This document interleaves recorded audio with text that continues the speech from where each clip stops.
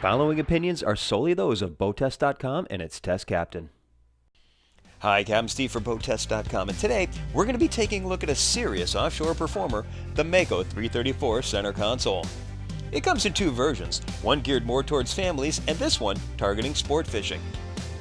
Let's start by heading out and looking at the performance numbers.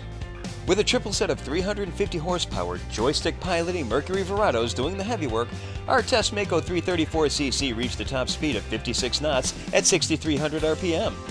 With the throttles pulled back to 3,000 RPM, we were at our best economic cruise of 25.9 knots. That speed was accompanied by a fuel burn of 20.4 gallons per hour, which translated into a range of 350.2 nautical miles, all while still holding back a 10% reserve of the boat's 306-gallon total fuel capacity. We reached planing speed in 4 seconds, accelerated to 20 in 4.9, and continued through 30 miles per hour in 7.2 seconds. The 334 has one undeniable trait, and that is the trademark good handling that seems to be consistent throughout the brand. She's very responsive to the helm and turns with good control authority, coming around at cruise in roughly 3 boat lengths. In normal turns, she'll roll roughly 15 degrees into the turn, but with the heavy-handed turns of a test captain, she will heel up to 30 degrees. A lot of that has to do with the weight of the tower well above the center of gravity, though. She still remains comfortable throughout. Of course, when testing an offshore boat such as this, we were stuck with flat, calm water, but crossing in the wakes of the camera boat and some larger yachts passing by showed no tendency to pound, and indeed, the 334 produced a clean slice through the waves with spray kept low and wide. Try as we might, her wide-flared bow kept the ride dry and comfortable. She also had a solid feel to her handling, as if we could feel that the limits of her handling capabilities would be far out of reach except on the worst of what Mother Nature could dish out. With 4 feet of freeboard at the bow and 31 inches at the stern, this is a boat that we would have no hesitation making a long offshore run-in, far from protected waters. And of course, the Mercury joystick allows for precision maneuvering into the dock, making this truly a boat that anyone can manage with no trouble whatsoever. So, now that we're back at the dock, let's take a look at her features. We'll begin at the transom, where we have a live well to starboard. In the center is a cutting surface with the first 4 of 16 rod holders just behind and drink holders to the sides. To port is a second 34-gallon pressurized and aerated live well with rounded edges, blue coloring, and interior lighting. The see-through lid is held open with friction hinges. Under the gunnels there's a compartment containing 2 spool holders with a knife holder in the door. Opposite is a tackle sorter with knife and tool holders. In the center is a transom bench, single width, easily deployed. The cockpit has 4 feet 9 inches by 8 feet of working room, and padded bolsters start at 20 inches and top out at 26. The entire deck is guttered to channel water into the dual deck drains on each side and overboard. In the deck, there's a pair of 292-quart fish boxes with piston assist lids, drain channels around the opening, a macerator with gulper pump, and overboard discharge. A lazarette box is in the center of the deck. Inside is a sea chest with 4 pumps that are continually under pressure, fueled by a high-speed water pickup. There are 2 bait well pumps, a backup bait well pump, and a raw water washdown pump. More storage is under the gunnels. A hull side door is to starboard. The rigging station is all about storage below and bait prep above.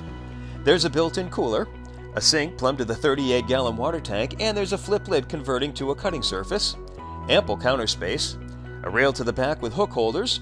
Below is cargo storage with an accessory plug, tackle sorters, drawers on stainless sliders, and more storage to the sides. Looking ahead to the helm, there's a double-wide seat with individual bolsters and flip-up armrests.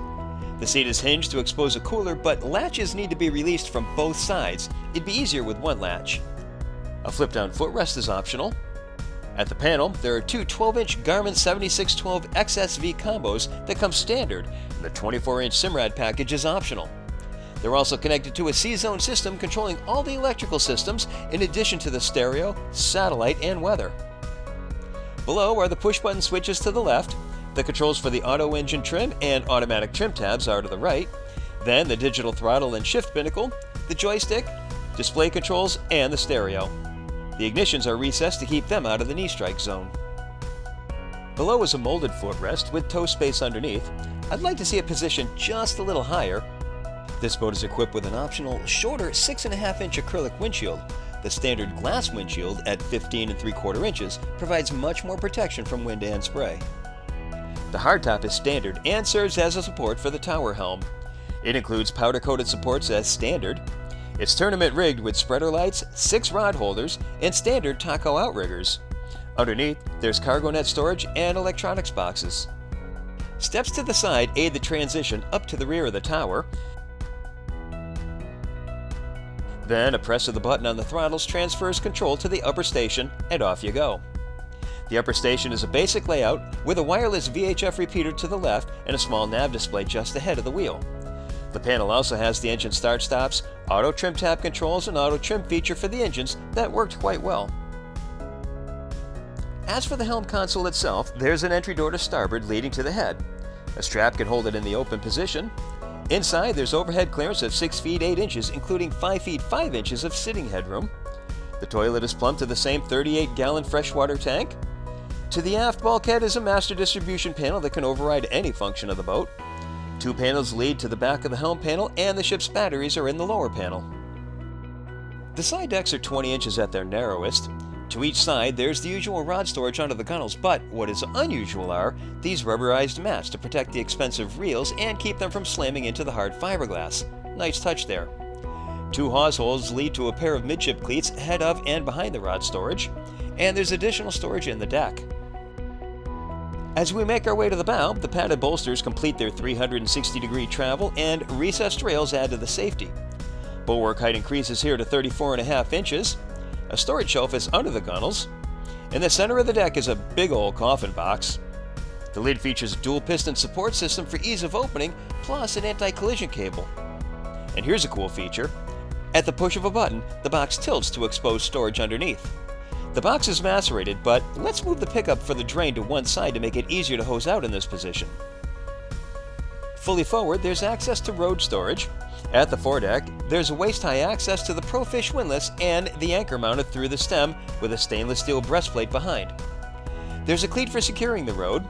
The windlass can be controlled from the bow, the helm, or via the configurable key fob. Overall, we've got a well-built boat loaded with features. It handles well, and with its ability to come in either a family or fishing layout, it appeals to a wider audience. And that's my look at the 334 center console from Mako. For BoatTest.com, I'm Captain Steve. We'll see you on the water.